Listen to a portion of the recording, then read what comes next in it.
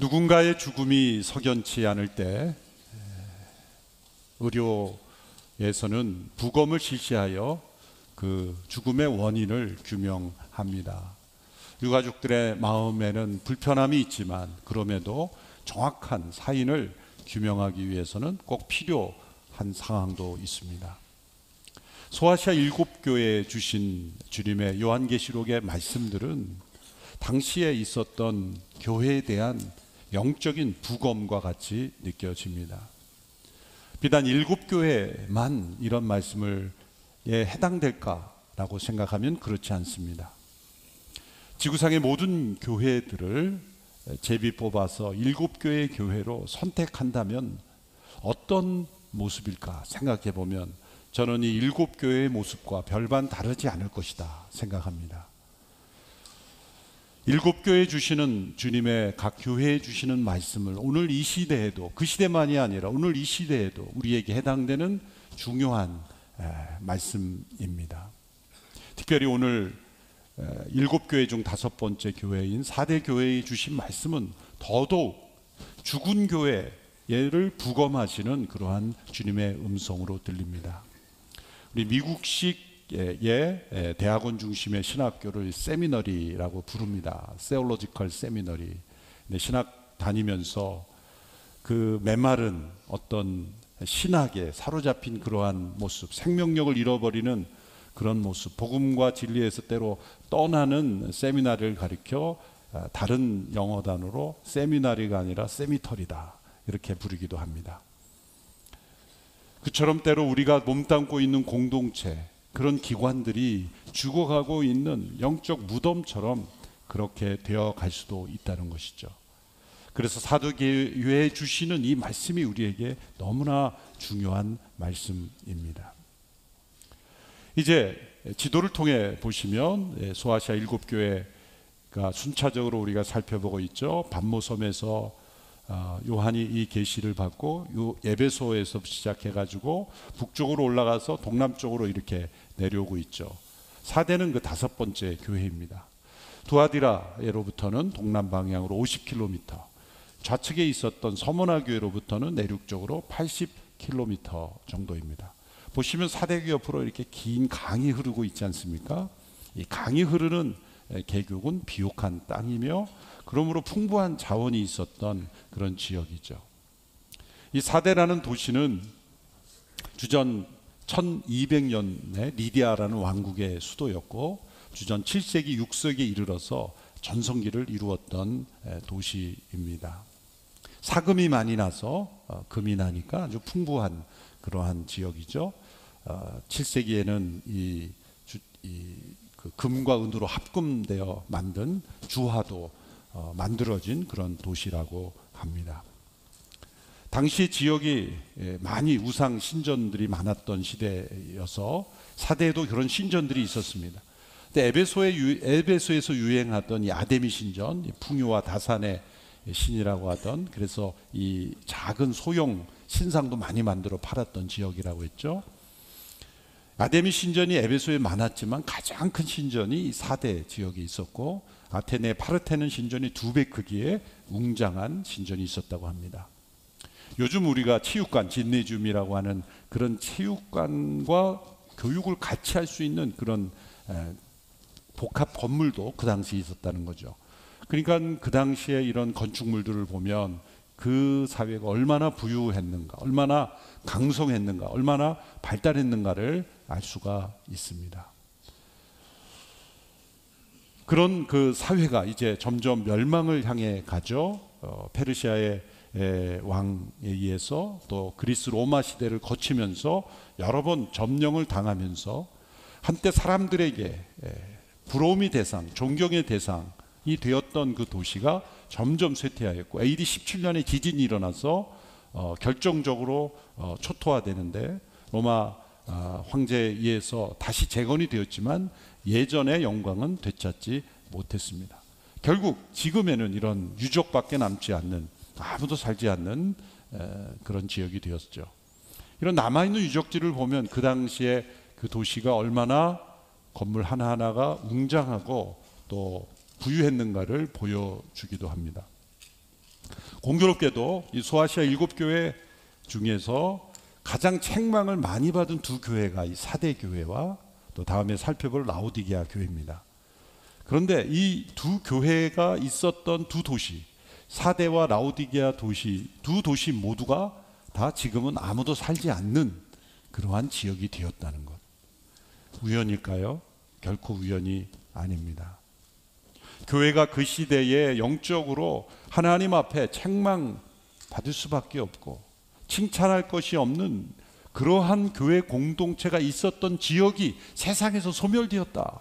아무도 살지 않는 지역이 되었다. 그것은 교회에 대한 주님의 책임을, 주님께서 물으시는 책임을 우리에게 느끼게 하기도 합니다. 이러한 지역에 있는 사대 교회에 주님께서 영적인 부검을 시행하시고 결론적으로 이렇게 진단을 하십니다. 3장 1절의 말씀을 우리 같이 읽겠습니다. 시작. 너는 사대 교회의 사자에게 이렇게 써라. 하나님의 7 영과 7 별을 가지신 이가 이렇게 말씀하신다. 내가 내 행위들을 알고 있으니 너는 살아 있다는 이름은 가지고 있으나 실은 죽어 있구나. 살아 있다는 이름은 가지고 있으나, 그래서 이름은 사실 명성을 의미하죠. 많이 알려졌다는 겁니다. 사대라는 도시가 그 당시에 여러 다른 도시에 비해서 부유했기에 여러 시설도 좋았고, 또 어떤 의미에서는 그 당시에 있던 교회도 좋은 시설에서 예배를 드렸을 가능성이 높습니다.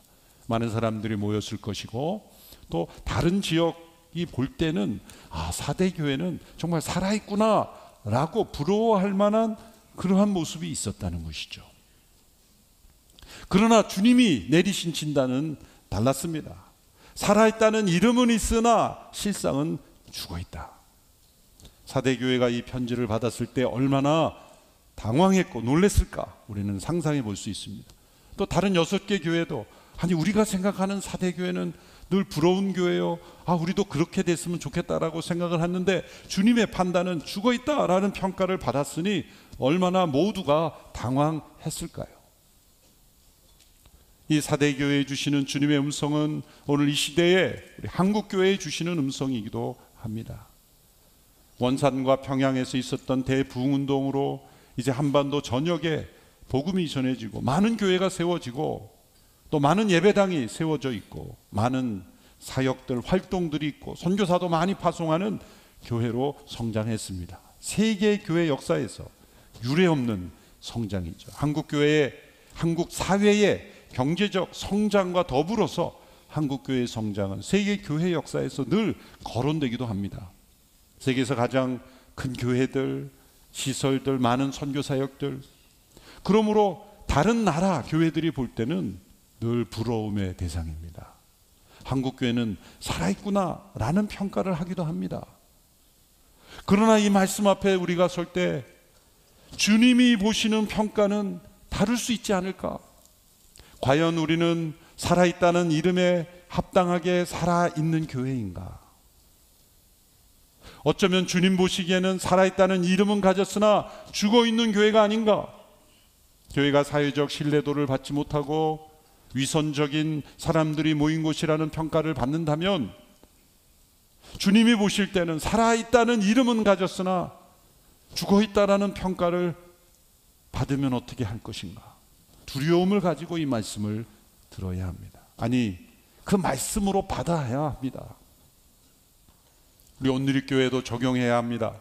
창립 40주년을 맞이하는 우리 온누리교회, 많은 성도들이 모이는 교회, 또 선교사도 많이 파송하고 열심히 사역하고 또 시스템도 잘 갖추어진 교회, 또 다툼과 분열이 없는 교회. 그래서 한국교회 다른 교회 성도들 물어보면 온누리교회 평가가 나쁘지 않습니다. 뭐 제 입으로 좋다 이렇게 말하기는 어렵고 나쁘지 않습니다. 우리가 분기별로 대중교통 이용주의를 하지 않습니까? 그러면 대중교통만 이용해서 오자는 운동을 하는데 택시들을 많이 이용하셔야 되잖아요. 그래서 가끔 택시를 타면 물어봅니다. 제가 담임 목사라는 얘기 안 하고 온누리교회 가시죠? 그리고 꼭 오면서 꼭 물어봅니다. 온누리교회 어떻게 생각하세요? 그러면 이 택시 기사분들의 정보가 많습니다. 택시 안에서 오가는 얘기 때문에 이 민심의 바로메트가 바로 택시 운전하시는 분들이라고 보시면 되지 않습니까? 그러면 나쁘지 않아요. 특별히 저희가 이렇게 분기별로 하는 대중교통 이용 주일에 여러분 택시를 많이 타시고 또 잔돈도 그냥 받지 마세요.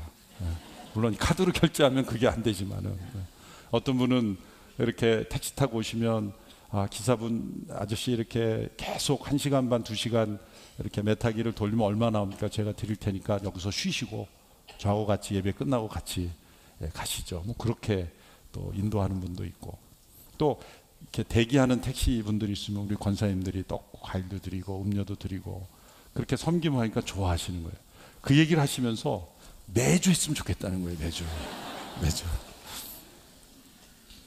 어쨌든 나쁘지 않습니다. 그런데 사람들의 그런 평가, 다툼과 분열이 없이 평안하고 그런 사람들의 평가와 주님이 보실 때 살아있다는 이름은 가졌으나 죽어있다라는 평가를 받으면 어떻게 될까? 그런 두려움으로 우리가 40주년을 맞이하는 온누리교회가 이 말씀 앞에 서야 하는 것입니다. 사람들의 관점에서 볼 때는 아무 문제 없어 보여도 주님이 보시는 영적 부검을 했을 때 나오는 문제가 있을 수 있는 거죠. 우리 개인의 신앙도 마찬가지입니다. 겉으로 볼 때는 아무 문제 없고 신앙생활 잘하는 것 같고 또 사회적으로 존경받는 것 같고 부러워하는 인생처럼 보이지만 주님이 부검을 하셨을 때 과연 그런가? 라고 했을 때는 다른 평가가 나올 수 있다는 것이죠. 왜 사대교회가 이렇게 살아있는 것처럼 보였으나 이름은 있지만 죽은 교회가 됐을까? 생각해 봤습니다. 다른 6교회 교회와 비교해 보면 서머나 교회와 버가모 교회 언급되었던 것이 언급되지 않은 게 있습니다. 그게 뭐냐면 핍박입니다. 당시에는 이 자치적인 그 영역으로 많이 움직여져 있기 때문에 어느 지역에는 핍박이 강하지만 어느 지역에는 핍박이 강하지 않을 수 있었거든요. 똑같이 우상의 신전들이 많았고 또 사대에도 로마 황제를 신으로 숭배하는 신전이 있었지만 사대교회는 그런 핍박이 강하지 않았던 것 같습니다. 왜냐하면 이 평가에서 공통적으로 나오는 그 당시에 모든 교회들이 직면했던 문제가 바로 로마 황제를 신처럼 떠받드는 문제였는데 그것을 거부하면 핍박이 주어졌고 그 핍박 속에 순교자들이 나타났거든요. 배교했으면 배교했다고 책망하셨을 것이고 또 순교적 각오로 신앙생활을 했다면 잘했다 칭찬하셨을 텐데 양쪽 모두 다 언급이 없는 거로 보아서 사대 지역은 다른 지역에 있었던 핍박이 없었던 것으로 보입니다. 그래서 다른 교회들이 볼 때는 부러울 수도 있죠.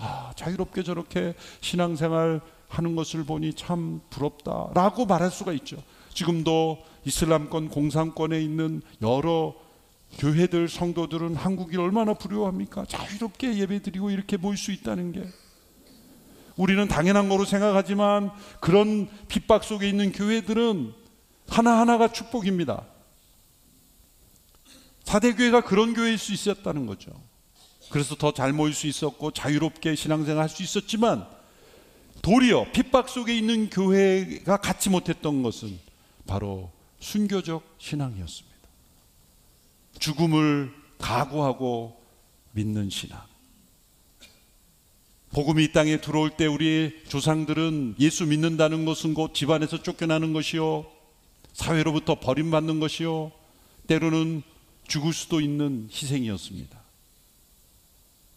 그러한 사회적 소수에 있을 때의 믿음, 독립운동이 일어났을 때 3.1운동이 일어났을 때도 예수 믿는 사람들은 소수였습니다.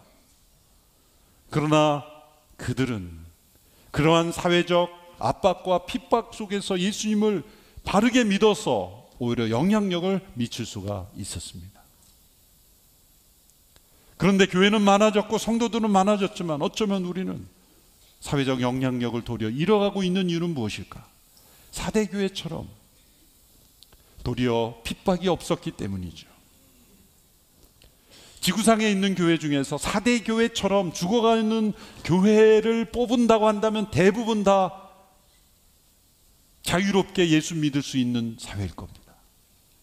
핍박이 없는 사회일 겁니다. 겉으로는 살아있는 것처럼 보이지만 실상은 죽어있는 교회일 가능성이 높습니다. 그런데 이슬람권, 공산권 이런 핍박이 있는 그런 지역에서의 신앙생활을 하는 분들은 겉으로 볼 때는 변변한 예배당도 없고 자유롭게 모일 수도 없고 활동도 없고 죽어있는 것처럼 보이지만 실상은 살아있는 신앙을 보이는 교회일 가능성이 많습니다. 그렇다고 우리가 스스로 핍박을 자초해야 된다? 그것은 아니죠.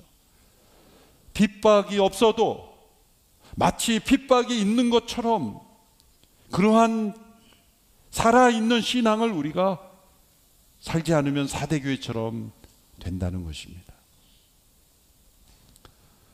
두란노에서 몇 년 전 발간한 톰 레이너라는 그 교회학자가 발간한 죽은 교회를 해부한다라는 책이 있어요. 작은 소책자인데 거기에 10가지 죽은 교회의 특징들을 조사했습니다. 물론 미국 교회들입니다. 그럼 미국 분들은 리서치를 잘 하잖아요. 많은 교회들을 조사해서 죽은 교회만 조사한 거예요. 왜 이 교회가 죽어 있는가? 공통점을 10가지를 했죠. 다 열거할 수는 없고 그 중에 3가지만 제가 요약하면, 첫째, 죽어 있는 교회는 한때 좋았던 과거에 집착한 나머지 변화를 도무지 거부하는 거예요. 미래지향적이 아니라 과거지향적이에요. 과거에 우리가 이랬는데 이게 좋았으니까 계속 그걸 고집하는 거죠. 어떤 전통, 시스템, 모든 것을 다 과거에 집착하는 거예요. 두 번째는 내부지향적으로만 나가는 거예요. 그래서 예산 사용에 있어서도 돕고 나누고 섬기고 외부에 우리가 집중하기보다 내부지향적으로 우리만을 위해서 그렇게 예산을 사용하는 거죠. 세 번째로 연결되어 있는 것은 자기 자신만을 위한 신앙을 추구하는 거예요. 온 열방을 향한 지상 명령을 추구하는 그러한 신앙이 없는 거예요. 거기에 대한 순종이 없는 거예요. 하나님의 법칙은 나만 잘 살겠다고 하는 사람은 절대 잘 살지 못합니다. 나만이 성공하겠다는 사람은 절대 성공할 수 없어요. 누군가에게 행복을 주고 누군가에게 도움을 주고 누군가에게 의미를 주는 사람이 성공하는 것이고 쓰임받는 것이고 행복한 것이죠. 우리나라만을 잘 살게 해달라고 여러분 기도하시면 안 됩니다. 우리 가정만 잘 살게 해달라고 하는 그런 복은 없습니다. 독입니다. 우리나라가 온 세상의 지구촌 곳곳의 이웃을 많이 도울 수 있는 나라 되게 해 주십시오. 그렇게 기도할 때 우리나라가 잘 되는 거죠. 그리고 여러분의 가정이 잘 되고 여러분의 인생이 잘 되는 것입니다. 하나님의 복은 축복의 통로가 되는 것이지 나만 복 받는 것은 절대 없어요. 그런데 교회마저 우리 교회만 잘 되겠다고 하는 것 절대로 잘 될 수 없습니다. 지상 명령, 너희는 가서 모든 족속으로 제자를 삼으라. 주님의 사랑을 온 세상에 전하는 일에 더욱 헌신하는 것. 우리나라가 지구촌 곳곳의 이웃을 많이 돕고 있지만 제가 듣기로는 OECD 기준에 훨씬 못 미친다고 들었어요. 과감하게 정부 예산에 정말 국제적 수준에 맞춰서 더 많은 원조를 우리가 나누어 줄 때 하나님께서 우리나라도 더 잘 되게 해주실 거예요. 아멘이 한 분밖에 없네요. 빨리 다음으로 넘어가겠습니다.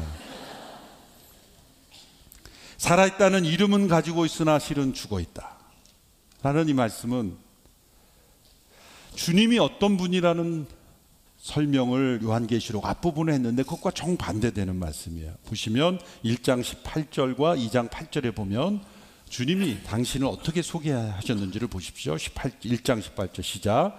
나는 살아있는 자다. 나는 죽었었으나 보라, 나는 영원토록 살아있는 자니 나는 죽음과 음부의 열쇠를 가지고 있다. 2장 8절도 너는 서문화 교회 사자에게 이렇게 써라. 처음이요 마지막이시니 곧 죽었다가 다시 사자는 이시니가 이렇게 말씀하십니다. 주님이 여러 번 자신을 소개할 때 나는 죽었으나 다시 살아난 자다. 나는 살아있는 자다. 이렇게 소개하죠. 사대교회는 정반대로 살아있는 것처럼 보이시나 실상은 죽어있다. 이렇게 평가한 것입니다. 정반대되는 모습이죠. 여러분, 우리가 살아간다고 하지만 실상은 죽음을 향해 한 걸음씩 나아가고 있는 건 아닙니까? 죽음으로 모든 것이 끝이라면 살아있다는 것은 어떤 의미가 있는가? 철학자들이 늘 질문하는 것 아닙니까? 우리가 아름다운 꽃송이를 선물 받으면 생화라고 하면서 향기를 맡으면서 좋아합니다. 그런데 며칠만 지나면 아무리 물을 주고 꽃을 끌어안고 달래보아도 꽃은 시들어 버리네요. 그 꽃은 살아있는 꽃이 아니었습니다. 죽은 꽃이었죠. 뿌리가 잘린, 뿌리에서 끊어진 꽃은 실상은 살아있는 꽃이 아닌 죽은 꽃이었습니다. 잠시 살아있는 것처럼 보였을 뿐입니다. 영원한 생명에서 단절된 인생은 잠시 살아있는, 그것이 100년이건 150년이건 살아있는 것처럼 보였지만 실상은 죽은 생명이었던 것입니다. 성경은 그것이 원래 하나님의 의도가 아니었다, 하나님의 계획이 아니라고 말씀합니다. 인간의 죄로 말미암아 죽음이 온 것이라고 말합니다. 원래 하나님의 창조 계획은 우리로 하여금 영원한 생명을 누리게 하기 위함인데, 인간의 죄악으로 인해서 육체와 영혼이 단절되는 죽음이 찾아왔다고 말씀합니다. 예수님께서 이 땅에 오셔서 십자가에서 우리를 대신하여 죽으심으로 우리가 죽음의 대가로 치루어야 될 모든 대가를 감당하시고, 예수님이 십자가에 부활하심으로 우리에게 그 영원한 생명을 주신다고 말씀하십니다. 예수님이 이 땅에 오신 목적은 뭡니까? 가장 중요한 이 죽음의 문제를 해결하여 오신 거예요. 하나님, 전능하신 하나님, 그분의 아들이 십자가의 죽음으로 우리의 죽음을 대신 죽으심 당한 것을 믿는 모든 이들에게는 영원한 생명을 주심으로 진정 살아있는 자가 되게 하시는 것입니다. 그러므로 예수님을 믿는다는 것은 예수님이 말씀하신 것처럼 나는 살아있는 자다, 나는 죽었다가 다시 산 자라고 말씀하시는 것처럼 우리 모두도 예수님처럼 죽음 앞에서도 나는 죽어도 다시 사는 살아있는 자입니다 라고 말할 수 있는 자가 되게 하시는 거예요. 여러분, 사회에서 무서운 사람이 어떤 사람입니까? 이렇게 달려드는 사람이에요. 죽기밖에 더 하겠어. 이 사람 무섭습니다. 죽음을 각오한 사람은 뭔가 해냅니다. 그런데 여러분, 우리의 신앙은 죽기밖에 더 하겠어가 아니죠. 제가 몇 차례 말씀드린 적이 있어요. 신앙은 죽기밖에 더 하겠어가 아니에요. 따라해 보세요. 살기밖에 더 하겠어. 우리는 죽어도 다시 사는 사람들입니다. 죽음을 각오하는 게 신앙이 아니라 죽어도 다시 사는 자로 사는 것이 신앙입니다.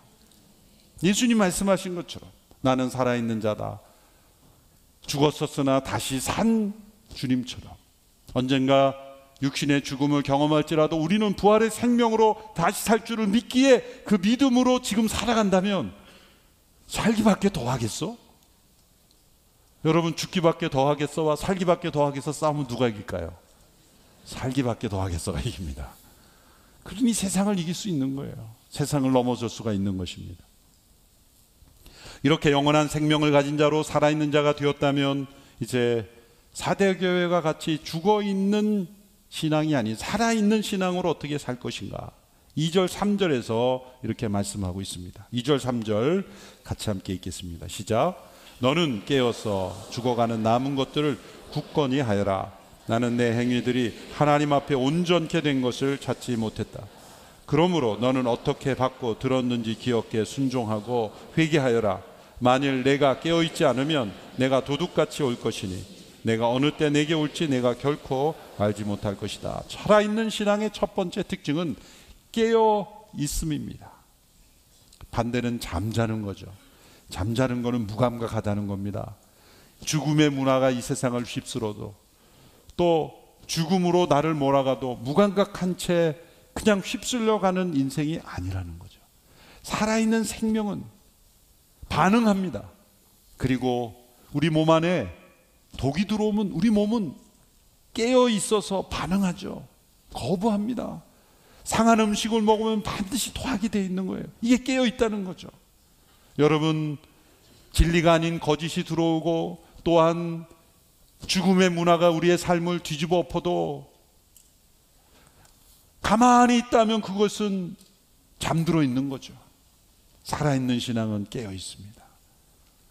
여러분이 죽음의 문화가 우리를 뒤덮지 못하도록, 죽음에 대한 두려움이 우리를 엄습하고 사로잡지 못하도록 영원한 생명으로 깨어있는 우리의 신앙이 되기를 바랍니다.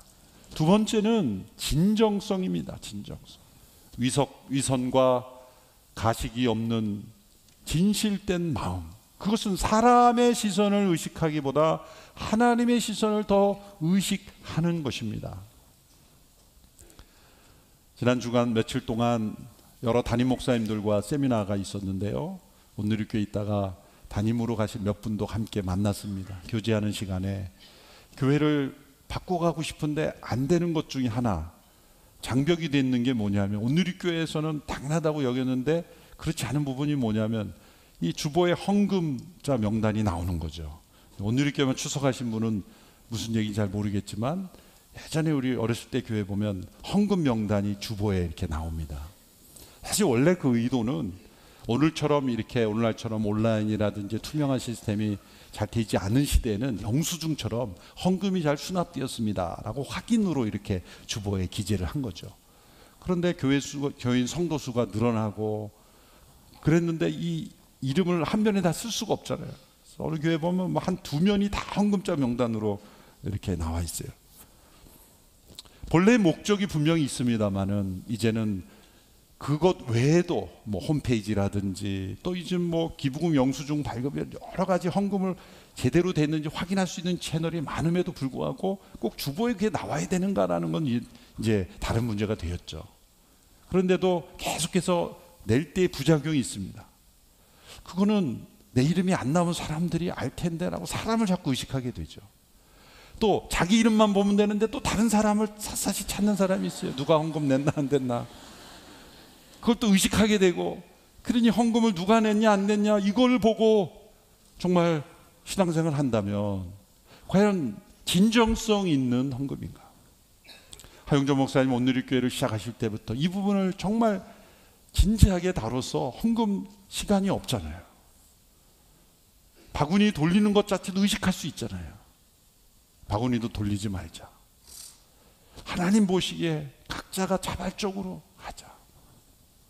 그래서 코로나를 지날 때도 우리 성도들은 온라인으로 많이 문화가 되어 있어서 큰 타격이 없었잖아요. 주보에 헌금을 내는, 이름을 내는 문제로 이제 목사님들이 이 갈등을 겪더라고요. 저도 미국에서 목회할 때 제일 먼저 담임이 돼서 그것부터 바꾸자고 했어요. 주보 일면에 헌금자 내는 것 하지 맙시다. 그런데 그러면 이제 그 장로님들은 그럼 헌금이 줄 텐데 염려하는 거예요. 제가 바로 말했습니다. 이름이 주보에 안 나서 헌금이 주는 거면 줄어야 합니다. 그게 그분의 신앙을 도와주는 겁니다. 이름이 나오면 헌금하고 이름이 안 나오면 헌금 안 하는 것은 안 하는 게 좋습니다. 헌금이 줄어야 합니다 그랬더니 깜짝 놀라시더라고요.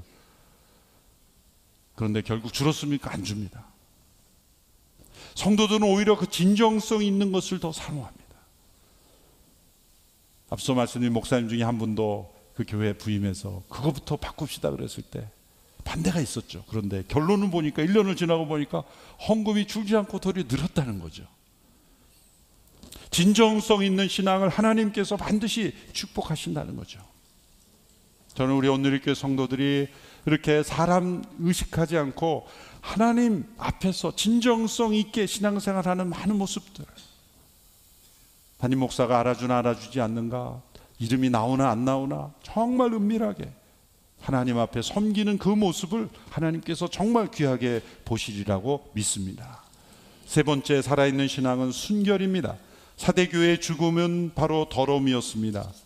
두아디라 교회의 이세벨을 따른 이들처럼 그렇게 노골적이거나 공개적이진 않았지만 은밀히 숨어있는 더러움들이 있었습니다. 이 더러움은 누룩처럼 조용히 퍼져나갑니다. 우리 안에 있는 더러운 것, 하나님 앞에 합당하지 못한 것, 우리의 양심에 가책이 있는 것부터 끊어내는 순결이 바로 살아있는 신앙으로 회복하는 거죠. 주님께서 바리새인들을 이렇게 책망하셨습니다. 너희는 하얗게 칠한 무덤과 같아. 겉은 그럴듯해 보이지만 속은 죽은 사람의 뼈와 온갖 더러운 것들로 가득 차 있다. 겉으로 볼 때는 의로워 보이지만 속에는 위선과 불법이 가득 차 있다. 깨어있는 신앙, 그리고 진정성 있는 신앙, 순결한 신앙, 이 세 가지가 살아있을 때 사대교회처럼 되지 않는 것입니다. 주님은 이 사대교회를 도전하십니다. 그러기에 너희들이 무엇을 보고 배웠는지 다시 기억하라. 예전에 몰랐으면 기억하라고 하지 않았을 겁니다. 기억하라, 그리고 깨어라, 그리고 회개하라, 그리고 순종하라. 주님은 사대교회를 격려하십니다. 옷을 더럽히지 않는 몇 사람들이 있다. 두아디라 교회에 남은 자들이 있었던 것처럼 사대교회도 소수이지만 그런 남은 자들이 있다는 거죠. 그리고 약속을 주십니다. 4절 5절의 말씀이죠. 같이 읽겠습니다. 그러나 사대에 옷을 더럽히지 않은 몇몇 사람들이 있다. 그들은 흰 옷을 입고 나와 함께 다닐 것이니 그들이 그럴 만한 자격이 있기 때문이다. 이기는 사람은 그들처럼 흰 옷을 입을 것이다. 나는 결코 그의 이름을 생명책에서 지워버리지 않을 것이며 내 아버지의 앞과 그의 천사들 앞에서 그의 이름을 시인할 것이다. 이기는 사람에게는 두 가지 약속을 주십니다. 첫째는 흰 옷을 입을 것이다. 계시록에는 흰색이 많이 나옵니다. 흰 돌, 흰 말, 흰 보좌, 흰 옷. 흰색은 순결의 상징이며 또한 승리의 상징입니다. 그것은 연결되어 있습니다. 순결한 자만이 승리할 것이고, 그리고 영원한 새 예루살렘에 거할 합당한 자격이 있는 사람은 순결한 사람이다. 그것은 우리 스스로 노력하여 얻는 도덕적 순결이 아닙니다. 그것은 예수 그리스도의 어린 양의 보혈로 우리를 값없이 의롭다 하심을 얻은 자로서의 순결, 우리가 도덕적으로 순결에 노력하는 것도 값없이 의롭다함을 받은 자로서 노력하는 순결입니다. 우리 모두에게 그러한 선물이 주어져 있습니다. 우리 모두는 어린 양의 보혈로 씻은 흰옷을 입고 영원한 나라에서 의롭게 된 자로 어린 양으로 구속받은 이들로서 영원히 거하게 될 것입니다. 또 한 가지는 생명책에서 그 이름이 지워져 버리지 않을 것이다. 구약과 신약에서 하나님께서 구원받은 자의 이름이 적힌 생명책이 있다고 말합니다. 비유적인 표현이죠. 하나님께서 기억하시는 구원받은 자들의 리스트가 있다는 거죠. 생명책에 이름이 있다는 거죠. 안타깝게도 교회 등록 명부가 아닙니다. 중세교회는 교인만 되면 생명체에 기록된 곳으로 연결했죠. 그렇지 않습니다. 교회는 하늘의 공동체이며 여전히 땅의 공동체이기에 순결한 믿음을 가진 자도 있지만 그렇지 않은 자도 있을 수 있기에 교인 등록 명부가고 생명책은 아닙니다. 절대 할 수 없습니다. 이 생명책이 기록되는 자들은 누구입니까? 어린 양의 보혈로 씻음 받았다는 것을 확실하게 믿고 고백하는 이들입니다. 우리는 이 땅에서 그 리스트를 볼 수가 없습니다. 어느 누구도 확언할 수 없어요. 근데 가끔 하나님께서 이런 체험을 주시긴 하죠. 제가 대학 때 대학 기독 동아리에 후배가 있었습니다. 제가 가까이 지내던 후배죠. 오늘 아침에 아주 상기된 얼굴을 가지고 저에게 어젯밤 꾸었던 꿈을 얘기해 주는 거예요. 꿈을 꾸었는데 이 계시록에 나타난 생명책 앞에 자기가 섰다는 거예요. 딱 보니까 이건 생명책이구나 라는 느낌이 들더라는 거예요. 그런데 아무도 지키는 사람이 없는 거예요. 지키는 천사가 화장실에 갔는지 잠시 출타했는지 아무도 지키는 사람이 없는 거예요. 근데 이름들이 막 있는데 이제 자기 이름을 찾아보기 시작한 거예요. 아무리 찾아도 자기 이름이 안 보이는 거예요. 그런데 그 간 중에 제 이름을 봤다는 거예요. 이재훈 선배 이름을. 얼마나 감사한지. 그 사람 이름 없다 그러는데도 일단 나는 안심이 되더라고요. 그래서 이재훈 선배 이름은 있는데 자기 이름이 없으니 얼마나 당황했겠어요. 그런데 마침 아무도 지키는 사람이 없는 거예요. 천사가 어디 간 거예요. 그래서 펜을 꺼내서 자기가 자기 이름을 쓰다가 천사가 와서 걸린 거예요. 그래서 호되게 야단 맞다가 잠이 깬 거예요. 놀라가지고. 그러면서 신앙이 변화돼서 지금 목사가 돼서 다른 교회 담임 목사로 자라고. 때로 그런 꿈이 우리에게 또 신앙에 도움이 될 수도 있죠. 근데 꼭 그렇게 봐야 확인하겠다고 얘기하지 마세요. 예수 그리스도를 바르게 믿고 이렇게 진정성 있는 믿음으로 의롭게 된 것을 믿으면 예수님 말씀하신 것처럼 제자들이 귀신을 내쫓아서 막 좋아했을 때 그것으로 기뻐하지 말고, 너희들이 귀신을 내쫓았다는 걸 기뻐하지 말고 너희의 이름이 하늘에 있는 책에 기록된 것으로 기뻐하라. 이것이 진정성 있는 우리의 믿음이 되어야 할 줄로 믿습니다. 우리 오늘의 교회가 4대 교회가 받았던 이런 평가를 주님께 받지 않고 살아있다는 이름은 가졌으나 진정 살아있다, 그런 평가를 받는 우리 모두 되기를 바랍니다. 기도하겠습니다. 하나님 아버지, 4대 교회가 받았던 책망 받지 않는 저희들 되기를 원합니다. 두렵고 떨림으로 살아있는 신앙, 살아있는 교회로 주님 앞에 나가게 되는 우리 모두가 되게 하여 주옵소서. 예수님의 이름으로 기도합니다. 아멘.